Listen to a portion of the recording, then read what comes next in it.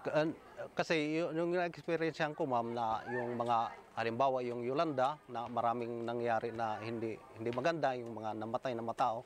Kaya nang malaman namin na yung Bagyo Ruby paparating dito sa amin, ako na mismo nagpunta kay Kapitan. Sinabi ko kay Kapitan, Kapitan, kailangan natin mag-meeting, tapos mag-form tayo ng Barangay Disaster Coordinating Council para yung mga tao ma-inform natin. Tapos yun, nagkaroon kami ng meeting. Tapos, bali ako rin ang nangunguna sa meeting namin. Yun, nagkaroon kami ng information. Ako ang nag-volunteer. Tapos yung iba para sa rescue, then para sa yung evacuation center, kung sino ang kagawad, yung mga appointed officials na kasama. Lahat nagkaroon yan.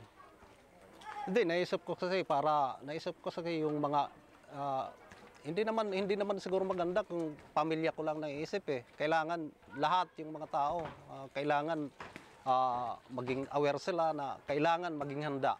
Kaya yan, gusto ko na hindi lang kami ang maligtas. Kailangan lahat ng mga tao kailangan maligtas eh. Yan ang yan ang ang nasa isip ko eh. Una, kailangan maging handa tayo.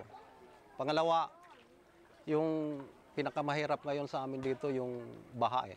Kailangan talaga pag may low pressure, kahit low pressure lang, kailangan yung mga tao maghanda na at saka mag-evacuate na dahil yung naranasan namin noon, ewan ko kung 2011 yata yon, yung tubig dito, mga isang dangkal lang. Ngayon, halos yung barangay hall namin, maabot ng tubig eh. Yun. Masasabi ko na napaka-importante pag may man akong matanggap galing sa Pangulo dahil para ito sa kaligtasan ng mga kabarangay namin una-una. Hindi lang para sa pamilya namin, para sa lahat ng mga tao dito sa Barangay San Jose. Yan po, ma'am.